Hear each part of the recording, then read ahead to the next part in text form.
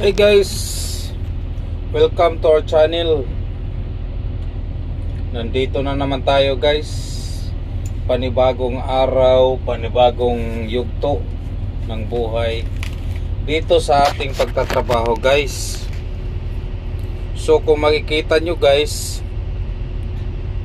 nandito ako sa aking work.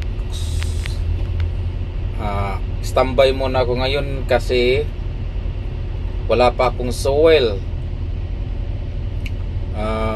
at saka inaantay ko pa yung mga truck guys. By the way, I'm here na nag-video muna ako guys, kahit kung saan man makarating tong video na to guys. Mag-like, mag-comment na lang kayo guys. Comment down below. Sana ay nasa mabuti at always pray. Ipapakita ko lang sa inyo guys itong area ko. Yan guys, oh. Yun yung mga kasama ko guys. Kunti lang lupa niyan guys. Kunti lang ang soil. So yan, kalsada na yan guys sa harap. Maraming dumadaan ng mga sasakyan dyan guys. Kaya standby muna ako dito kasi medyo risky ang aking ngayon guys, trabaho. Tsaka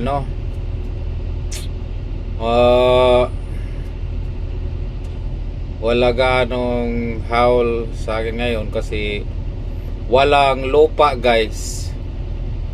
Kaya kahit maiksi lang tong video ko na to guys, sana'y maibigan nyo guys.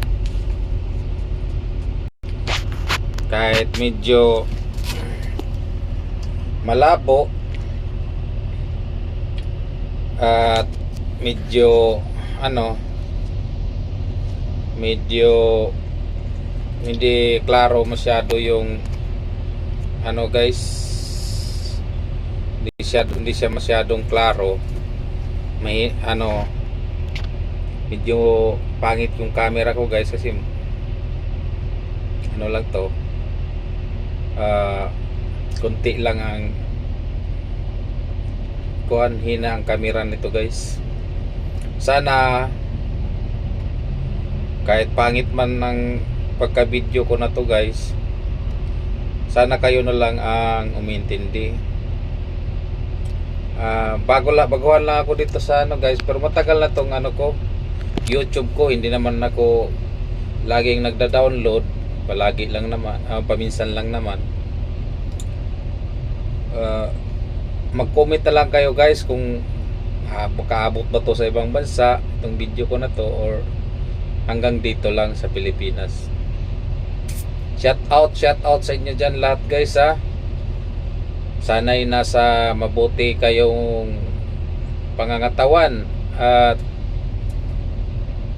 always pray lang tayo lagi. Kahit ako man makasalanan din ako. Ang Diyos lang ang nakakaalam kung ano ko. Siya lang ang nakakita sa lahat.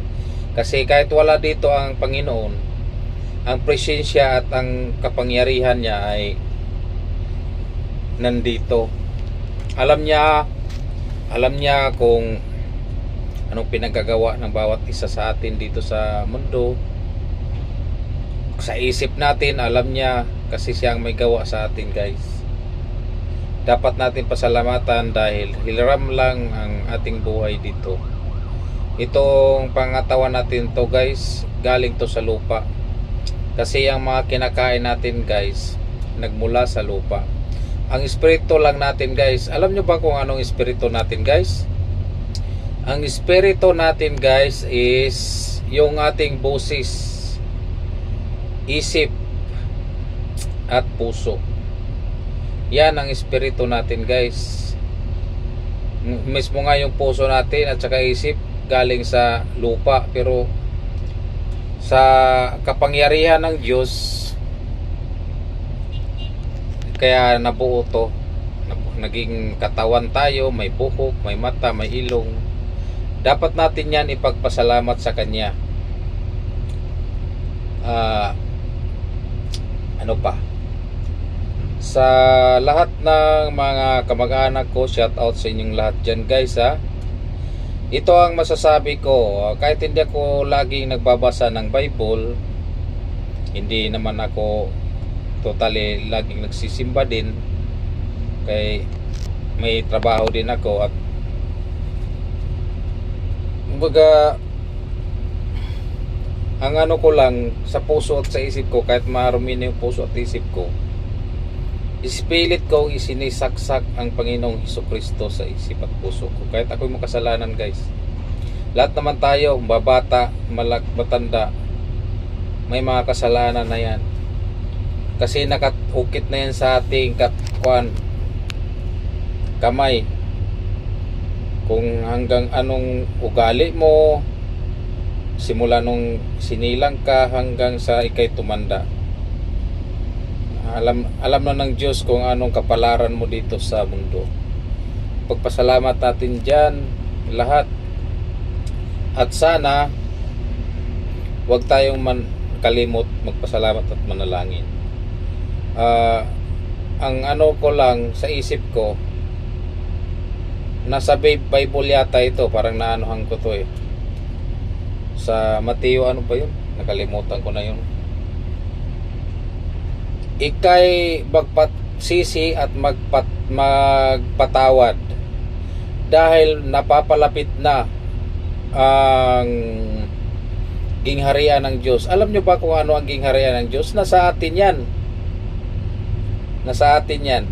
Kasi hindi ka makapunta doon sa langit kung at sa katahanan ng Diyos kung marumi ang puso mo at isip mo at saka yung mata mo.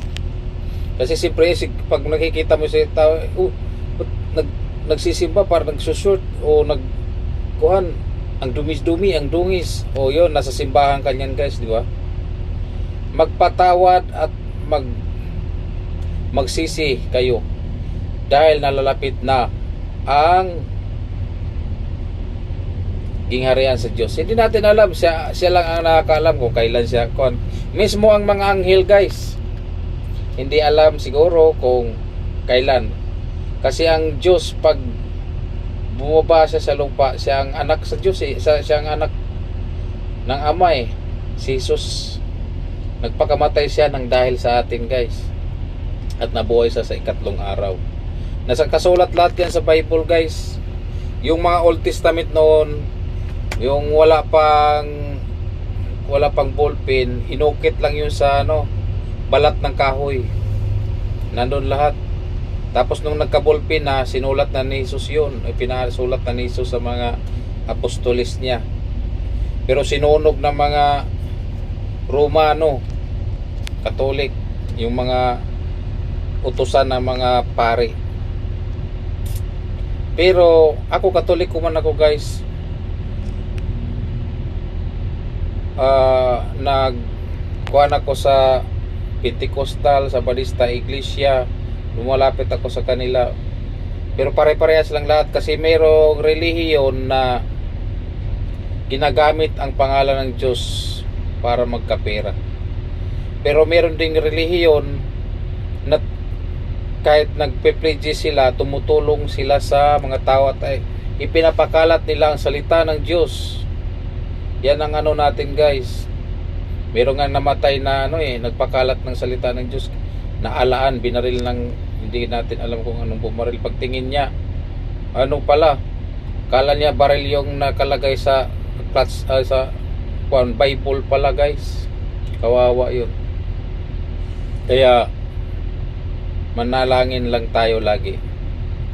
So hanggang dito na lang siguro guys, hindi ko na papahabain itong video ko na to guys. Thank you for watching na lang guys ha. God bless. Nandito ako sa unit ko guys. Thank you po. Mag-ingat tayo palagi at manalangin. God bless. Thank you for watching.